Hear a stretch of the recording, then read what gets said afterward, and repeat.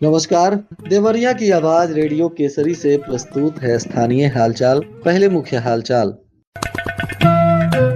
एक युवक पर जानलेवा हमला का वीडियो हुआ वायरल। परीक्षा पास कराने के लिए पैसा मांगने वाले लिपिक का ऑडियो वायरल।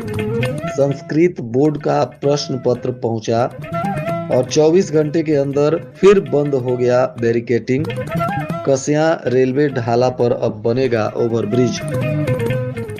स्थानीय हालचाल के इस अंक के साथ मैं अनिकेत मिश्र। अब हालचाल विस्तार से। सदर कोतवाली क्षेत्र के कसिया ढाला के पास रात्रि में एक युवक पर कथित तौर पर कुछ मनबढ़ युवकों ने हमला कर दिया। हमलावरों ने युवक को लाठी और बेल्ट से पीटा, साथ ही ईंट फेंक कर भी चोट पहुंचाई। गंभीर रूप से घायल युवक को मेडिकल कॉलेज में भर्ती कराया गया है, जहां इसकी हालत गंभीर बताई जा रही है। यह घटना बुधवार को जब सामने आई और वीडियो वायरल हुआ तो पूरे इलाके में चर्चा का विषय बन गया। घायल युवक की पहचान राम गुलाम टोला क्षेत्र निवासी अमित श्रीवास्तव उर्फ अन्नू के रूप में हुई है। अमित की मां रीना श्रीवास्तव ने पुलिस को तहरीर देकर बताया है कि उनका बेटा दुकान से पैदल घर लौट रहा था। इसी दौरान रास्ते में कुछ युवकों ने रोक लिया और मारपीट शुरू कर दी। अब परिजनों के आवेदन पर पुलिस मामले की तफ्तीश करते हुए उचित कार्रवाई करने में जुट गई है। भटनी विकास खंड के घाटी स्थित एक विद्यालय में प्रयोगात्मक परीक्षा को नियुक्त बाह्य परीक्षक और विद्यालयों के लिपिक का एक ऑडियो वायरल हुआ है, जिसमें प्रयोगात्मक परीक्षा संपादन कराने और विद्यार्थियों को अंक प्रदान करने को लेकर कथित रूप से धन लेन देन करने की बात कही जा रही है। इस वीडियो के सत्यता की पुष्टि तो हम नहीं करते, परंतु मामला संज्ञान में आने के बाद विद्यालय पर हुए सभी विषयों के प्रयोगात्मक परीक्षा को निरस्त कर दिया गया और अन्य परीक्षा केंद्र पर तिथि निर्धारित करते हुए प्रयोगात्मक परीक्षा कराने के निर्देश दिए गए। वहीं इसकी जांच भी माध्यमिक शिक्षा परिषद केंद्रीय कार्यालय गोरखपुर के अपर सचिव को भी सौंपी गई है। बताते चले कि दूसरे चरण में 2 से 13 फरवरी तक प्रयोगात्मक परीक्षा आयोजित की जा रही है और परीक्षा को सकुशल और पारदर्शी तरीके से संपादित करने के लिए भटनी विकास खंड के घाटी स्थित विद्यालय पर भौतिक विज्ञान के प्रयोगात्मक परीक्षा को कराने के लिए बस्ती जिले के एक बाह्य परीक्षक को नियुक्त किया गया था। और बताया जा रहा है कि बाह्य परीक्षक और विद्यालय के लिपिक के बीच एक ऑडियो वायरल हो गया है, जिसमें परीक्षा को संपादित कराने के लिए विद्यार्थियों को अंक प्रदान करने के एवज में धन की लेन देन को लेकर बात हो रही है। जिले के 7 परीक्षा केंद्रों पर आयोजित होने वाली संस्कृत बोर्ड परीक्षा के लिए प्रश्न पत्र जिले में पहुंच गया। प्रश्न पत्रों को जिला विद्यालय निरीक्षक कार्यालय में सुरक्षित रखवाया गया है। इस वर्ष जिले के 37 संस्कृत विद्यालयों के उत्तर मध्यमा एवं पूर्व मध्यमा के 1519 परीक्षार्थी बोर्ड परीक्षा में हिस्सा ले रहे हैं और इसको लेकर पूरी तैयारियां की गई है। इस वर्ष जिले के 7 परीक्षा केंद्रों पर बोर्ड की परीक्षा आयोजित की जाएगी, जिसमें 37 संस्कृत विद्यालयों के ये सभी छात्र हिस्सा लेंगे। संस्कृत बोर्ड परीक्षा 19 फरवरी से 28 फरवरी तक आयोजित की जाएगी और इसकी तैयारी पूरी तेजी से चल रही है।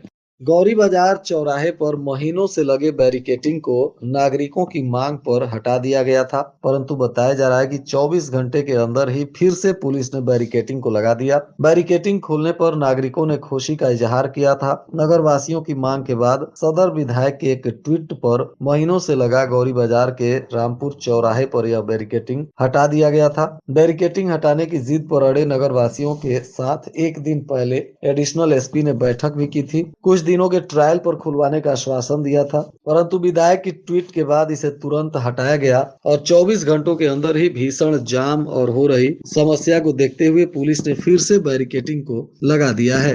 बताया जा रहा है कि बैरिकेटिंग खुलने की खुशी 24 घंटों के अंदर ही मायूसी में बदल गई, जब पुलिस ने जाम लगने का हवाला देते हुए फिर से बैरिकेटिंग को लगा दिया। लोगों का कहना है कि बैरिकेटिंग हटाकर पुलिस ने यातायात को राम भरोसे छोड़ दिया था और जाम लगने पर फिर से बंद कर दिया। शहर को जाम की समस्या से निजात दिलाने के लिए कसिया रेलवे ढाला पर ओवर ब्रिज का निर्माण होगा। 2 लेन ओवर ब्रिज का निर्माण कराने के लिए सरकार ने 72.3 करोड़ रुपए की स्वीकृति दे दी है। अब नए वित्तीय वर्ष में इसका निर्माण होगा। उधर रेलवे की तरफ से भी इसकी निर्माण को लेकर हरी झंडी दे दी गई है। सदर विधायक ने पिछले कुछ दिनों से इसके लिए मुख्यमंत्री से मुलाकात कर जाम की समस्या को लेकर रेलवे ढाला पर ब्रिज बनाने की मांग की थी। उन्होंने कहा था कि माल गोदाम होने के चलते अधिकांश समय रेलवे ढाला बंद रहता है, जिसके चलते लोगों को परेशानी होती है और उन्हीं की मांग पर शासन से अब स्वीकृति मिल गई है और सरकार ने इसके लिए राशि को भी स्वीकृति दे दी है।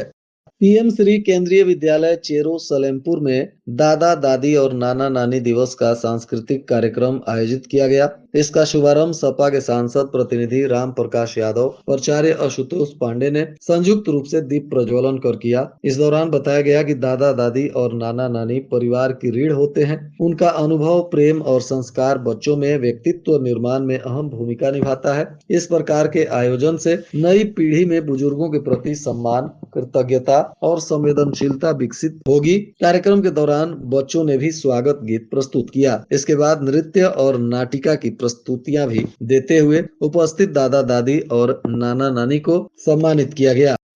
इधर बंजरिया बाजार में प्रेमी की बारात निकलने के बाद प्रेमिका ने फांसी लगाकर अपनी जीवन लीला समाप्त कर ली। उसका शव फंदे से लटकता हुआ देखकर परिवार में मातम पसर गया। आनन फानन में परिजनों ने देर रात को ही शव का अंतिम संस्कार कर दिया। मामला तरकुलवा थाना क्षेत्र के एक गाँव का है। एक युवती गाँव के ही एक युवक से पिछले 5 वर्षों से प्रेम कर रही थी। दोनों के परिजनों को इसकी कोई जानकारी नहीं थी। कुछ महीना पूर्व युवक के परिजनों ने उसकी शादी कहीं और तय कर दी। मंगलवार की शाम को युवक की बारात बिहार के गोपालगंज के लिए निकली। जैसे ही बारात निकलने की जानकारी युवती को हुई तो उसने कमरे में फांसी लगाकर जान दे दी। युवती का शव फंदे से लटकता हुआ देखकर परिजन दंग रह गए। आनन फानन में शव को उतारकर पुलिस को बिना सूचना दिए ही अंतिम संस्कार कर दिया गया।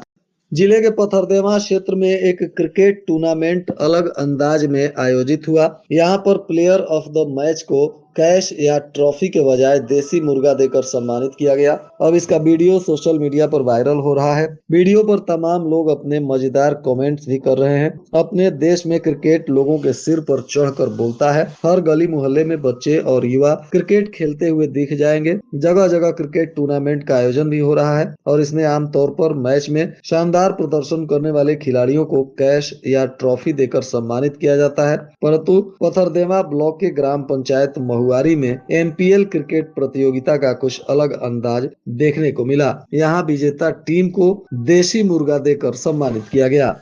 मुख्य विकास अधिकारी राजेश कुमार सिंह की अध्यक्षता में जिला स्तरीय सलाहकार समिति डीसीसी एवं जिला स्तरीय समीक्षा समिति डीएलआरसी की बैठक हुई। तिमाही बैठक में विभिन्न बैंकों के प्रगति, वार्षिक ऋण योजना तथा शासकीय योजनाओं के अंतर्गत ऋण वितरण की समीक्षा की गई। बैठक में जनपद के ऋण जमा अनुपात यानी सीडी रेशियो और वार्षिक ऋण योजना की बैंकवार समीक्षा की गई और बैंक कर्मियों को आवश्यक दिशा निर्देश दिया गया। और आज के मौसम का तापमान देवरिया में न्यूनतम 13 डिग्री सेल्सियस और अधिकतम 25 डिग्री सेल्सियस रहने की संभावना है। अंत में मुख्य हालचाल एक बार फिर। एक युवक पर जानलेवा हमला का वीडियो हुआ वायरल। परीक्षा पास कराने के लिए पैसा मांगने वाले लिपिक का ऑडियो वायरल। संस्कृत बोर्ड का प्रश्न पत्र पहुंचा और 24 घंटे के अंदर फिर बंद हो गया बैरिकेटिंग। कसिया रेलवे ढाला पर अब बनेगा ओवरब्रिज। इसके साथ ही रेडियो केसरी से प्रसारित स्थानीय हालचाल का यह अंक समाप्त हुआ। नमस्कार।